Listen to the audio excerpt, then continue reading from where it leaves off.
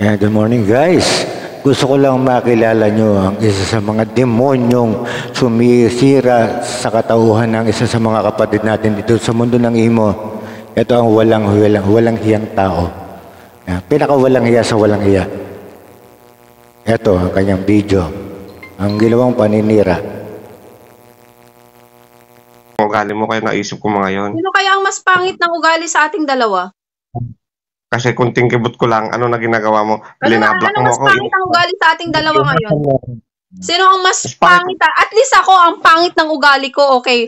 Pag hindi ko nakokontrol ang sarili ko, pero never kung naisip na kumuha ng video natin na ginagawa natin yan, never. Dahil alam kong sensitibong mga bagay na yan. Ikaw ba? Ha? Kasi alam mo kaya Ikaw ba? ginawa ko. Alam mo kaya ginawa ko. Kahit anong sama mo sa akin, hindi ko gagawin yan. Never pumasok sa isip ko yan, pero hindi ko ginawa. Alam mo, kaya ginawa ko yan. Para pag nagtatalak ka sa akin, may pambara ako sa'yo. Nagtatalak ako sa'yo? Wow, What the heck? What the heck yung mukha mo? Lagi mo ko blinablock. Hindi na. Wala na tayong ano. Kung hiwalayin mo ako, and then fine. Hiwalay na tayo. Anong hiwalayin kita? Hiwalay tayo. Hiwalay naman na tayo. Anong feeling mo? Nandiyan pa rin ako sa'yo? Pero hindi ako payag. Kung gusto mo i-try ko sa STM, ilapag ko yung pekpek mo doon. Gusto mo? Andun ka pa sa STM. Makikita na ni Warrior ngayon yung pekpek mo. Ako, madali lang ako kausap, mahal. Kung hiwalay mo, kung hindi totoo do umakyat siya at magpaliwa, magitangkol na sarili niya. Huwag mo lang sabihin kung nakakaya.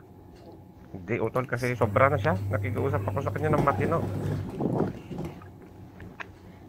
Kasi utol, girlfriend ko yan. Blinak niya ako nang wala akong ginagawang masama.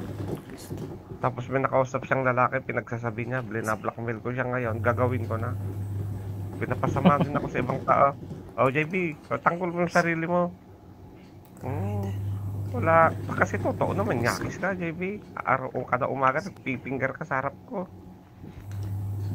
Ikaw palang nakilala kong babaeng ganyan.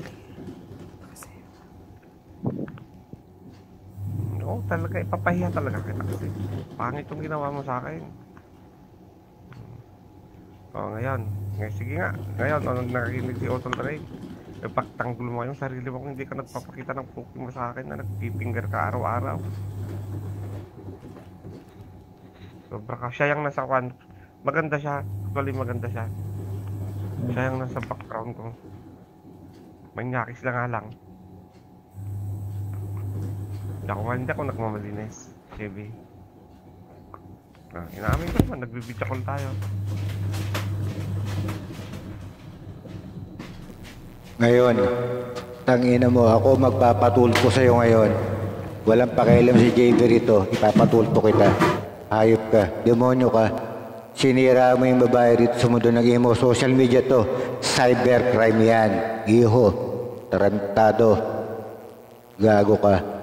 Ayan, si Angel Locsin, ang kasama ko, magpapatulpo sa'yo, hayop ka.